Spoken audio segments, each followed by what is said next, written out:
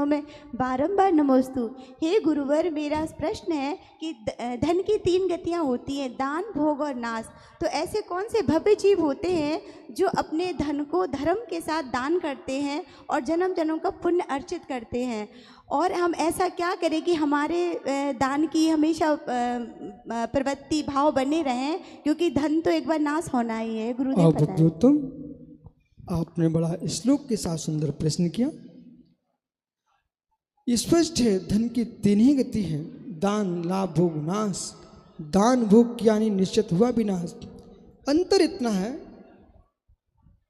भोग मुख में डाले गए धन के समान है जो कि मल के रूप में बदल जाएगा, और दान खेत में डाले गए दाने के समान है जो कि गेहूं में बोरे भर देगा, फसल उगा देगा।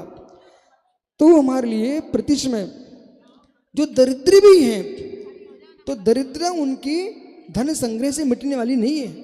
दरिद्रता भी किसी को मिटाना है तो अतिथियों के दान दीजिए, गरीबों का सहयोग कीजिए, और द्रव्य का दान देने से आप विश्वास मानिए, जैसे पानी कुएं से निकालो तो पानी की झरें बढ़ जाती हैं, ऐसे धन निकालने से धन बढ़ने लगता है, और जो छुपा के रखते हैं उनका गलने लगता है।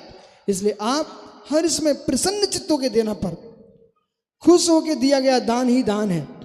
वो दान देकर रोने लग जाए, वो दान दान नहीं है। दान दे मन हर्ष विशेष है। और दान का फल ऐसा होता है कि जैसे कि तेल की शीशी को तुम पानी में डुबकी लगा करके, यहां सामने एक नदी बह रही है, क्या नाम भैया नदी का? लोहर गांव में एक नदी है, वो नदी में पानी भरा हुआ है। आप डुबकी लगा के और नदी के नीचे पानी में अंदर तेल छोड़ के आना। जब तक आप डुबकी से बाहर निकल पाएंगे, इसके पहले तेल ऊपर आ जाएगा।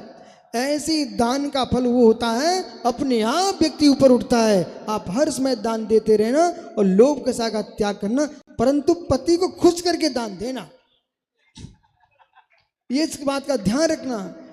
यदि बेटे बड़े हो जाए तो बेटों से पूछ के देना। वर्तमान में पति है तो पति से पूछ के देना। बोले ऐसा क्यों? इसलिए आपके देने के बाद यदि वो नाराज हो गए तो आप पर उपसर्ग भी आ सकता है। जैसे जैन मुनि को मालूम चल जाए किसी माँ ने चौका लगाया और उसका पति नाराज हो रहा है, तो उसके घर में आहार करने नहीं आएंगे। बोले क्यों नहीं आएंगे? इसलिए नहीं आएंगे कि हमारे आहार लेने से उस जीव को कहीं पिटाई हो गई तो हिंसा का दोष लग जाएगा। ऐसे ही पति आहार देना चाहता पर पत्नी भुकुर रही है, वो चौके नहीं लगाना चाह रही है। वो पता चल जाए कि पड़ोसियों से चौका लगवाया है और जिसकी पत्नी आहार नहीं देना चाहती है, तब भी आहार लेने नहीं आएंगी। जब दोनों खुश होकर चौका लगाएंगे तभी आहार लेने आएंगे।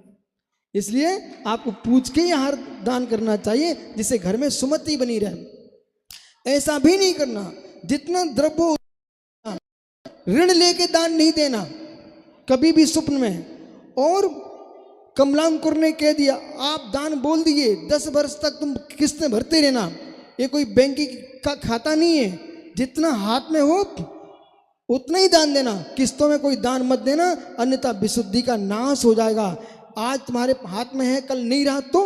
इसलिए जितना दान बोलो उतना शीघ्र दो, और यदि शक्ति नहीं है तो उतना अधिक दान बोलना नहीं। दान दे मन हर्ष विशेष है, जम सकई तम किरी, जितनी सामर्थ्य उतना करना चाहिए, और नहीं है शक्ति तो अनुमोदना करते रहना, पर आपका कल्याण अवश्य होगा।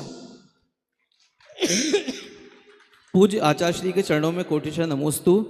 आचार्य श्री, मेरा प्रश्न यह है कि सत्य बोलते हुए भी किसी को दुख ना पहुंचे, इसका संतुलन कैसे बनाए रखें, एवं कठिन परिस्थिति में भी सत्य का पालन कैसे करें? भव्योत्तम, आपका श्रेष्ठ प्रश्न है। सत्य बोलने पर भी कष्ट ना हो, बहुत सुंदर प्रश्न है। प्रिय मधुर भाषण कीजिए, पर सिद्धांत कहता, आगम कहता है, ऐसा सत्य मत बोलिए किसी के प्राण चले जाए। वह सत्य भी असत्य है, वो झूठ है, किसी के प्राणों की रक्षा हो जाए। किसी कसाई ने कहा गाय निकली यहाँ से, आप तो पूर्व में गए तो उत्तर में बोल देना, तब भी झूठ नहीं कहना। बोले क्यों?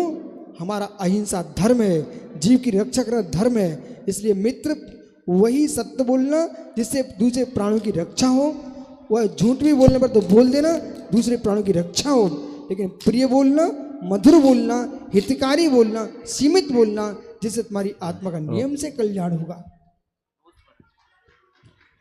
हे अर्धनारीश्वर, हे जटाशंकर, आपकी जय हो। भगवान, मेरी दो जिज्ञासाएं हैं।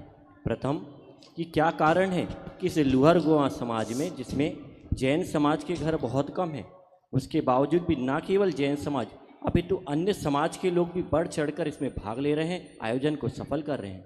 दूसरा प्रश्न यह है कि वर्तमान समय में डीजे का प्रयोग बहुत अधिक बढ़ता जा रहा है, यह समाज के लिए कितना अच्छा है अथवा कितना हानिकारक है, इस पर अवज्ञोत्तम, परमात्मा, गुरु, शास्त्र किसी जाति पंथ के नहीं होते।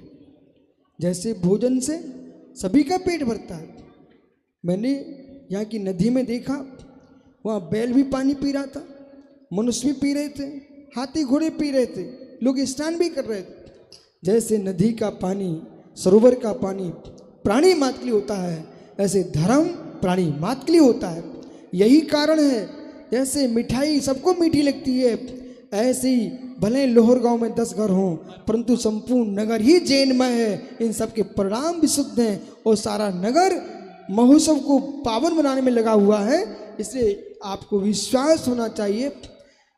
भगवान ऋषभदेव वेदों में है, ऋषभदेव पुराणों में है, भागवत गीता में है, संपूर्ण ऋषभदेव की व्याख्या है। पूरे राष्ट्र के वैदिक हिंदू समाज को सबको मालूम है 24 तीर्थंकर क्षत्रिय थे और क्षत्रिय जो हैं ये हमारे सब वंश के थे। इसलिए भगवान की भक्ति करना प्रत्येक जीव का धर्म है। इसलिए संपूर्ण नगर जो आज तुमको दिख रहा है, आज तुम इसको 10 घर मत बोलिए, जितने घर नगर में घर हैं वे सभी जैनमय हैं। दूसरा आपका प्रश्न, जो डीजे है इसकी तो भारत सरकार को विचार करना पड़ेगा। कारण इसकी धुनी पर सीमा लगाई जाए, अन्यथा हृदय अटैक, कानों की व्यवस्था और बहुत सारे भवनों की कमजोरी है, बहुत कुछ हो सकता है। इसलिए सीमा होना चाहिए और लोगों की भक्ति में, श्रद्धा में आँच भी नहीं आए और लोगों के स्वास्थ्य में भी आँच ना है, ऐसे शासन को व्यवस्था करना चाहिए।